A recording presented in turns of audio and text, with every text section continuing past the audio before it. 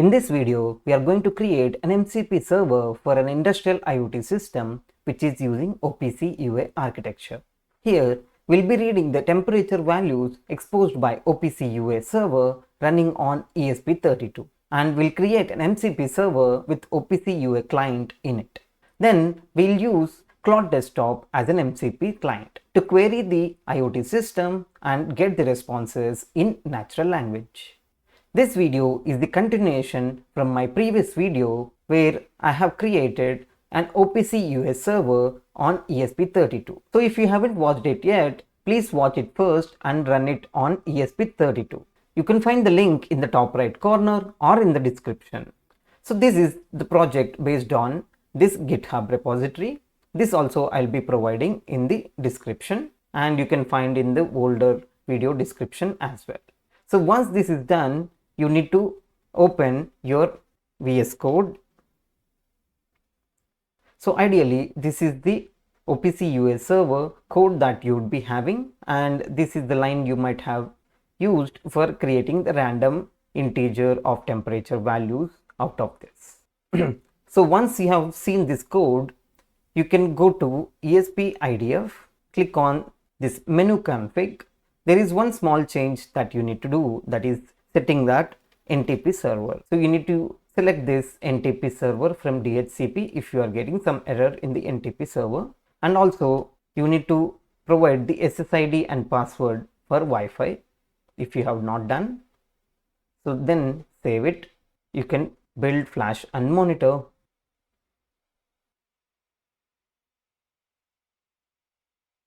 So now you can see the OPC UA server is running on this IP address.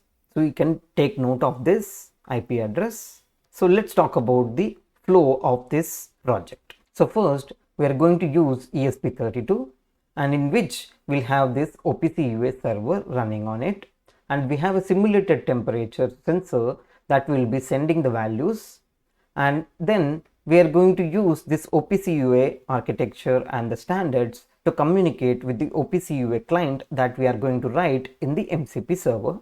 So that MCP server will be able to read the temperature values, and then we can use Claude as a desktop client for MCP, so where it can use natural language to get the values of this OPC UA server. So this video is a simple demo on making MCP server with OPC UA client, and you can use this as a foundation to create real life projects out of this. Now that we are running this OPC UA properly, we'll use this IP address and then open UA Expert, which is OPC UA client. So you can download it. So once you download, you will be able to see in this format. So here on the plus icon, you need to click so that you can add the servers, and go to this custom discovery, and inside that you will be able to see add server. So don't add in the global discovery server, so it might fail here. So you have to open only custom discovery and click on it. So you can paste the IP address here, and the port is 4840 and slash. So you can use this and click on OK and see that it is added. You can double click and immediately you can see this server, and double click and it will ask for a few things. You can say yes and yes again, and you will see none as an authentication. So you can use that and click on OK. So once you see that, you can see the address space available here. So here the temperature that we have will be available here. So you need to drag and drop this. So immediately you can see the temperature values are changing every second. So this value, and you can double click, and if you click on this, on the right side attribute, you can see the node ID ns is equal to 1 and s is equal to temperature. So this is also very important to provide in your code. Now that we are able to see the OPC UA server and the client is working properly, we'll create our own OPC client within the MCP server. So to do that, we need to open the command prompt. So inside this command prompt, you need to first create a folder. So you create a folder like this, and you need to use cd to get into that folder, and then we create Python. So for this project, you need Python installed on your system. So if you don't have it, you can install it first and then create this virtual environment. So first the virtual environment is created, then you need to use this line to activate. So you can see this bracket .vnv, which means this virtual environment is activated right now. And then we'll install two libraries, that is MCP and Async UA for OPC UA. So you can click enter and it will collect everything and download. So now you can see it is downloaded.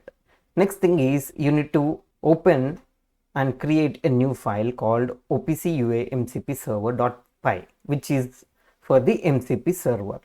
So code means it opens the VS Code. If you don't have VS Code, you can use Notepad as well and type Notepad space the file name.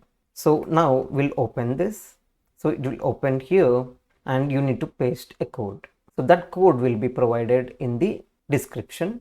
So you can see this is the code I am going to use, and here you need to modify and replace this URL with your own ESP32 URL or your OPC UA server URL, whichever you have. And then the temperature node ID, as I shown in the UA expert, this you have to paste it here. And then you can see we are creating the client to open this OPC UA and read the value. Once we read that value, we are also going to create a tool to get the temperature.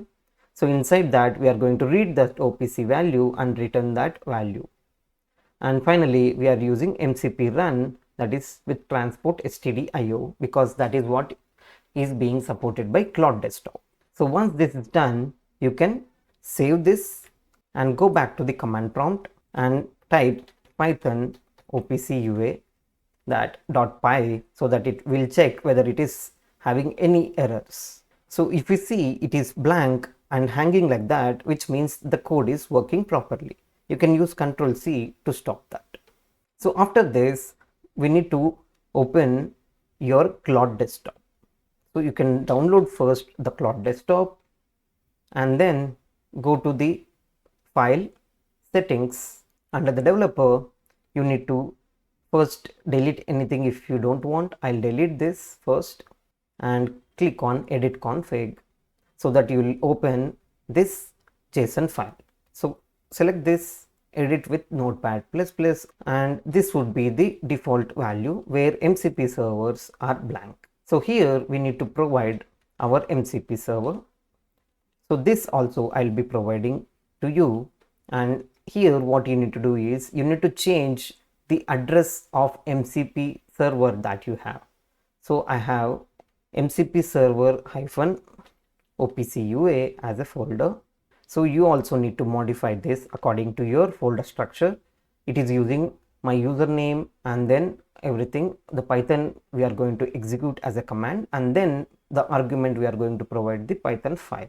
So this is how it is going to run. So once this is saved, you need to quit from here. So on the bottom taskbar, you can right click here and quit. So it will be completely quit, and again open Claude. And if you don't see any error, which means that it might be running, so you can again check from settings, developer, and here you can see ESP32 sensor is running without an error. So now you can click on new chat and again check from here the connectors, if it is properly enabled or not. Now we can type read the latest temperature value.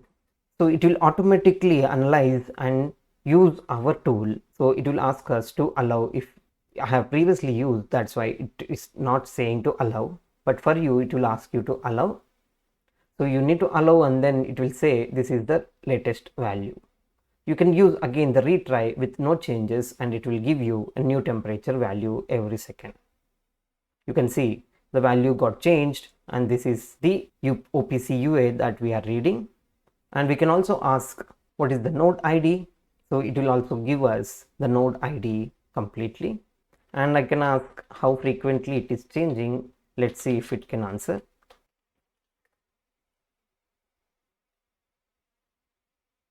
So it don't have the ability to track those things, so that's why it is not going to say that, but still it can give us the latest value.